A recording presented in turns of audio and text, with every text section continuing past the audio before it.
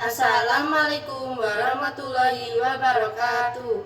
Perkenalkan, nama saya Alia Risa Salma Mutakin, NIM 11124000113. Perkenalkan, nama saya Alifah Fauzia Cintia Melani, NIM 11124000114. Di sini kami akan menjelaskan tentang materi Hukum Administrasi Negara dalam tugas UAS. Dengan dosen pengampu mata kuliah Hukum Administrasi Negara Edi Wahyudi, SH, MSI. Pengertian hukum administrasi negara ialah keseluruhan peraturan yang mengatur tentang aparatur pemerintah dalam melakukan berbagai aktivitas atau tugas-tugas negara guna mencapai tujuan yang telah ditentukan.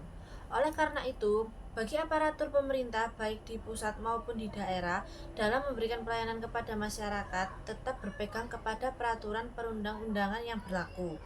Hukum administrasi negara juga memiliki peran penting dalam menjaga kestabilan dan keamanan negara serta melindungi hak-hak masyarakat dalam berinteraksi dengan pemerintah.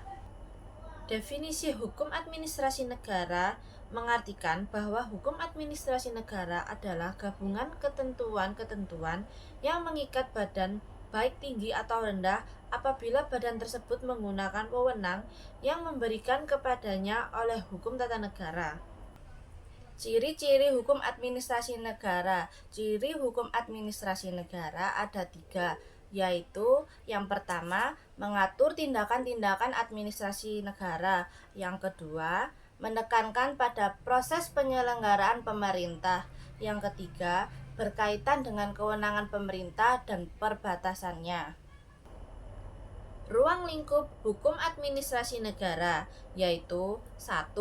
Fungsi pemerintahan, yaitu pelaksanaan tugas administrasi sehari-hari oleh pejabat publik. 2. Lembaga administrasi negara, yaitu meliputi kementerian, badan-badan pemerintah, dan lembaga independen. 3. Proses pembuatan keputusan administratif, aturan-aturan yang harus diikuti ketika membuat keputusan yang mempengaruhi warga negara. 4. Tanggung jawab dan akuntabilitas untuk memastikan bahwa tindakan administrasi sesuai hukum dan dapat dipertanggungjawabkan. Peran hukum administrasi negara ialah 1. Mengatur kewenangan untuk membatasi dan mendefinisikan kewenangan lembaga pemerintah. 2. Menjamin transparansi untuk menjamin prosedur administratif yang terbuka dan dapat diaudit. 3. Memberikan perlindungan hukum untuk memberikan perlindungan kepada masyarakat dari tindakan administratif yang sewenang-wenang. Fungsi administrasi negara dalam konteks hukum administrasi negara yaitu 1. Regulasi dan pengawasan, yaitu administrasi negara membuat peraturan pelaksana untuk menjabarkan undang-undang dan memastikan aturan hukum diterapkan dengan baik. 2. Perlindungan hukum. Administrasi negara bertindak untuk melindungi hak-hak warga negara melalui penerapan aturan hukum yang adil. 3. Penyelesaian sengketa. Administrasi negara dapat menyelesaikan sengketa antara warga negara dengan pemerintah melalui lembaga pengadilan administrasi. Sumber-sumber hukum administrasi negara. Sumber hukum administrasi negara dibagi menjadi 2, yaitu yang pertama, sumber hukum tertulis, mencangkup konstitusi, undang-undang 1945, undang-undang, peraturan pemerintah, keputusan presiden, peraturan menteri, dan peraturan daerah.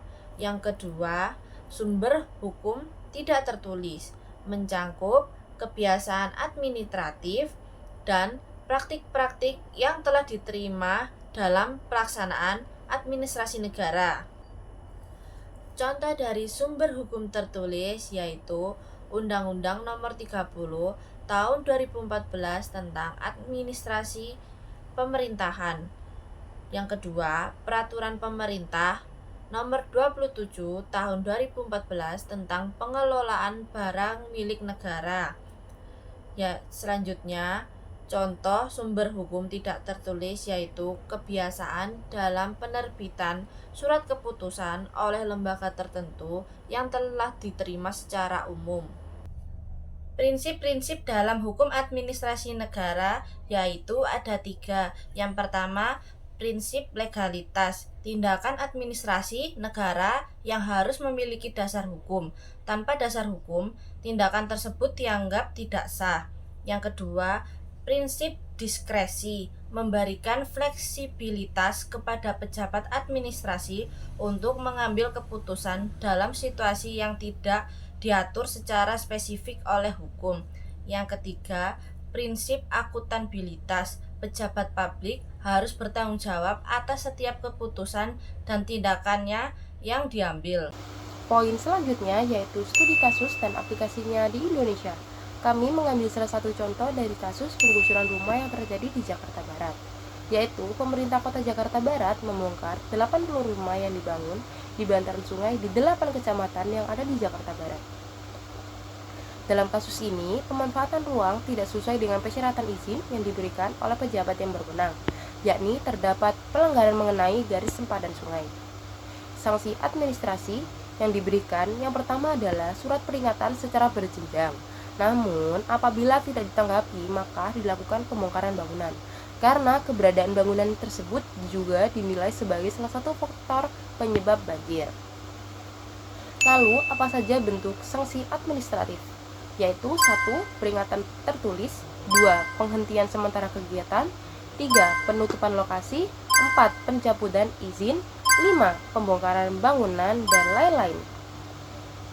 Bentuk pelanggaran yang bersifat administrasi tersebut juga dapat dikenakan sanksi pidana melalui kebijakan kriminalisasi, yaitu upaya untuk menjadikan suatu perbuatan tertentu sebagai perbuatan yang dapat dipidana atau dijatuhi atau dikenakan sanksi pidana.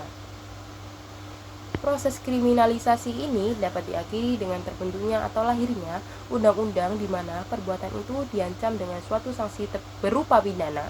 Kebijakan kriminalisasi juga dapat dilihat sebagai asas pengendalian pada pendekatan pergeseran peran atau fungsi pidana dari ultimum menjadi premium remedium, yang menyatakan sanksi pidana hendaknya baru dimanfaatkan apabila instrumen hukum tidak efektif, serta pendekatan apabila terdapat perluasan dalam berlakunya hukum pidana. Jakarta melakukan normalisasi di sepanjang sungai dan pengerukan sungai.